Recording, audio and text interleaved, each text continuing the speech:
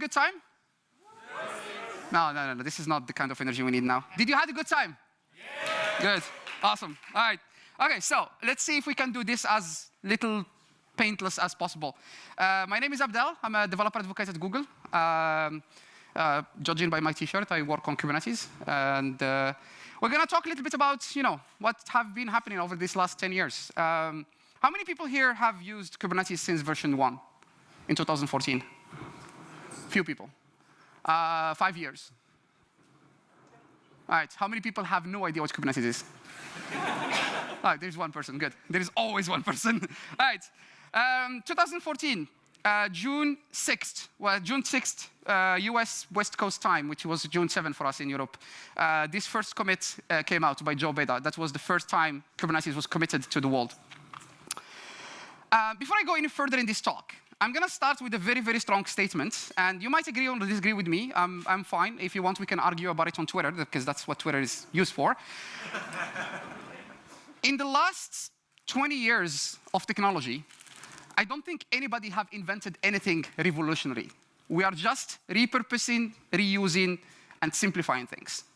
Probably the last thing that was really, really, really unique was the invention of the tensor architecture for machine learning models, right?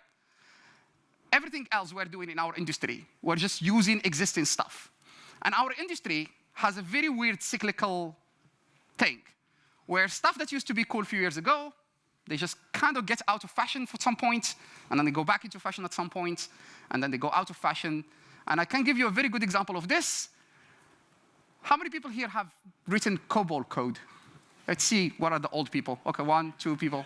All right, few, 3 people, OK. You don't look that old, actually. OK, no. I don't know if you know this, but COBOL is actually in fashion now. there are companies hiring COBOL developers because people realize, well, there is COBOL code. No, somebody needs to maintain that stuff, right? So if anybody tries to tell you AI is going to take your job, don't worry about it, because there will be always a bank with Kubernetes that needs somebody to maintain it. Like any open source project, Kubernetes has parents, people that were there first, that started working on the project. And the common thing across the parents of every single Kubernetes project, or every single open source project, is that these are people that had an idea and just dared make it public. The very good example of this is the Linux kernel.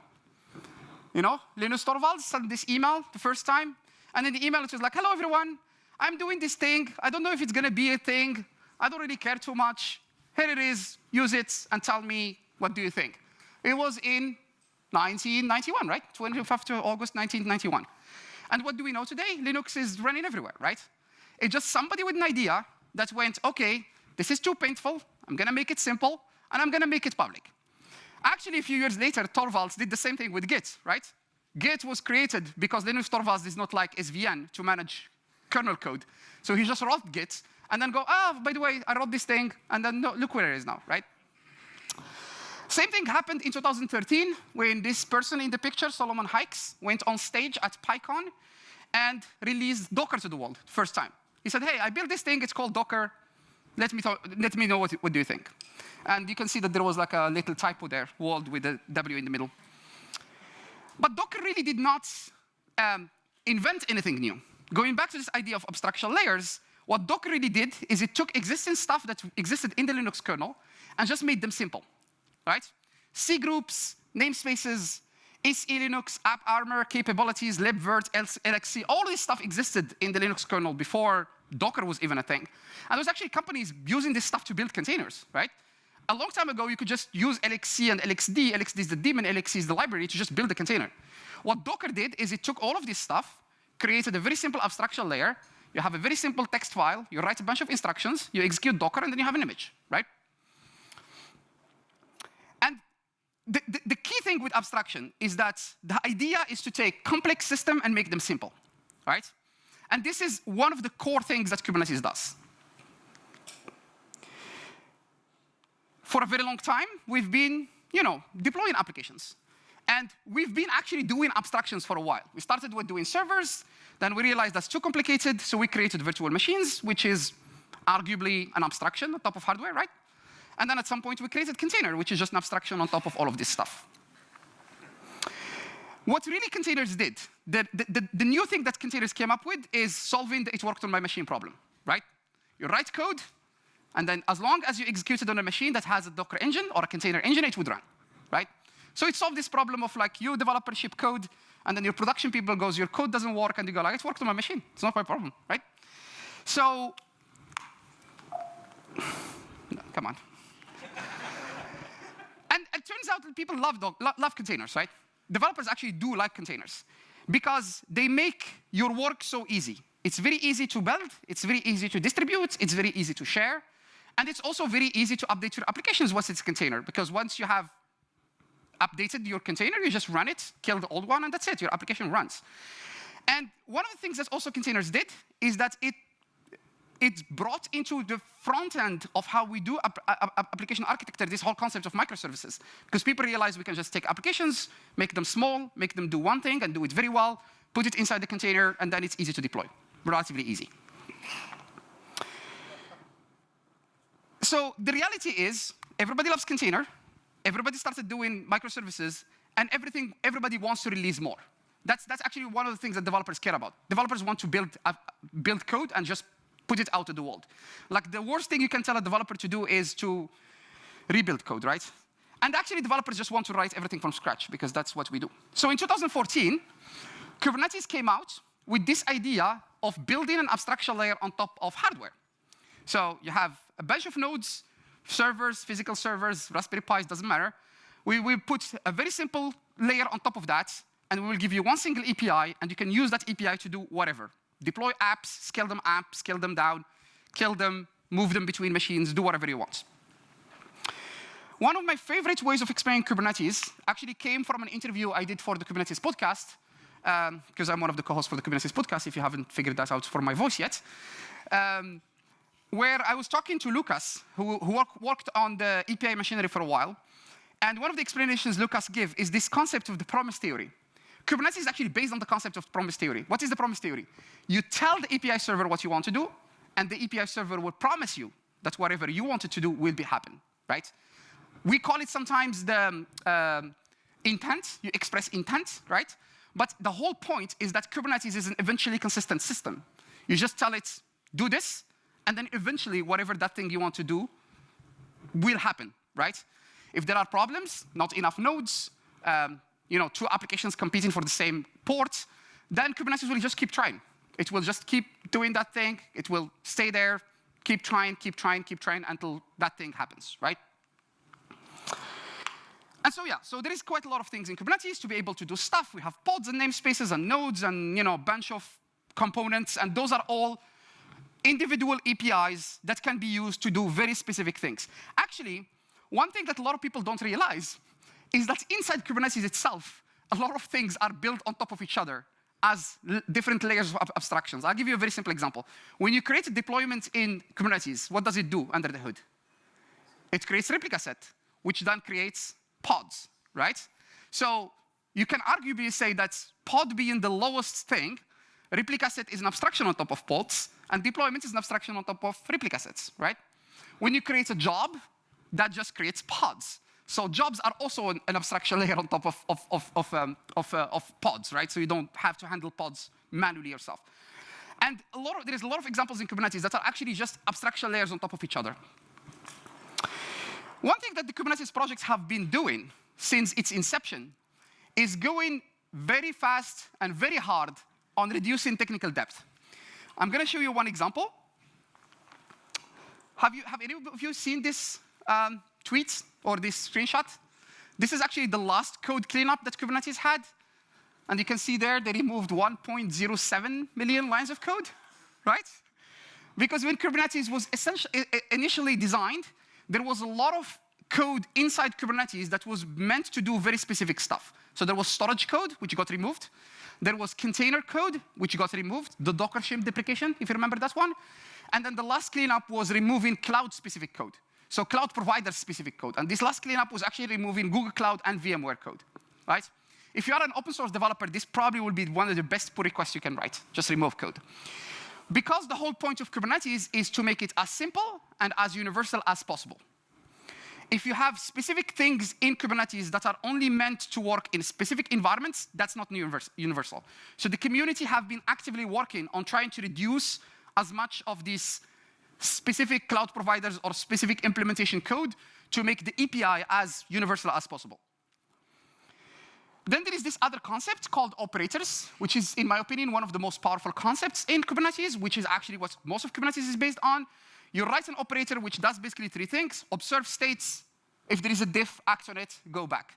All controllers in Kubernetes does this. All controllers actually build on the concept of operators. And talking of operators, this is actually one of my pet peeves, because I see people arguing quite a lot about the fact that you should not run databases in Kubernetes. If you agree with the fact that you should not run databases in Kubernetes, I'm going to give you 2 minutes to leave the room. I'm just kidding. Actually, you can. One of my favorite examples is Kelsey's tweet, where he said, you can run databases in Kubernetes because it's fundamentally the same as running databases in a VM.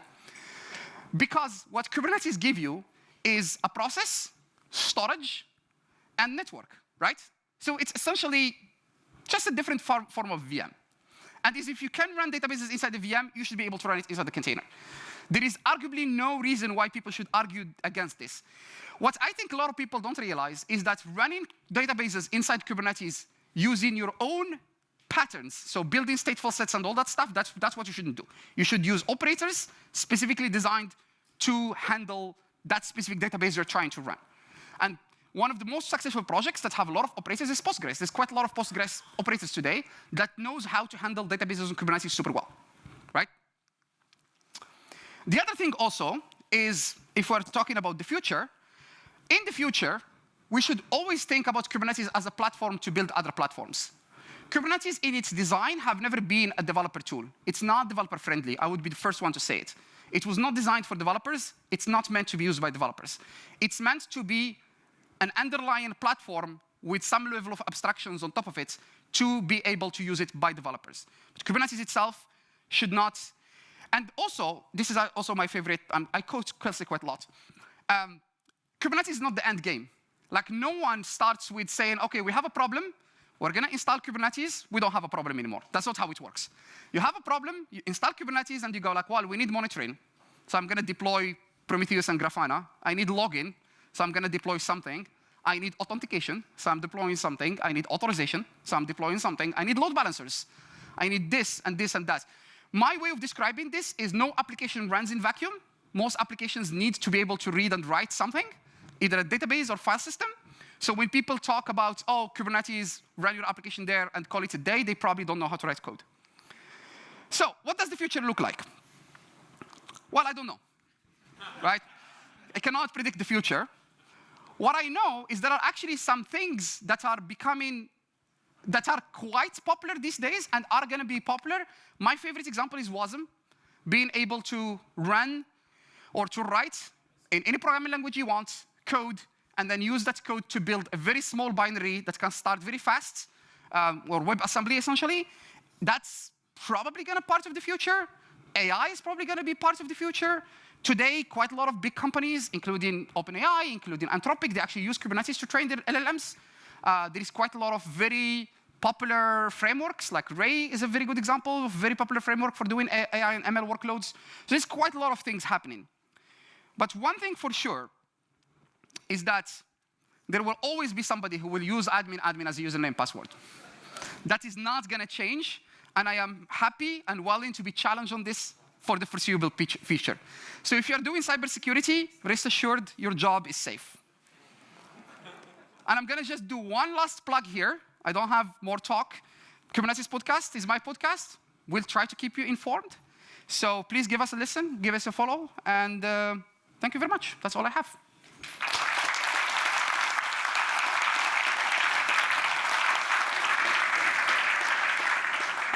I did not use the whole time, so. No worries about that. Are there any questions? Raise your hands.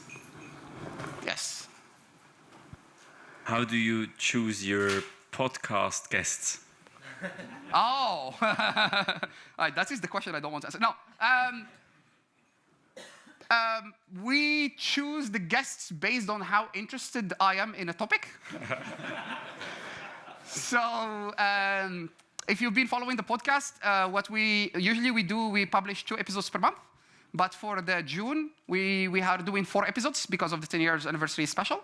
So we already have 3 out, and there is 1 more coming soon. After that, we will go back into our regular schedule.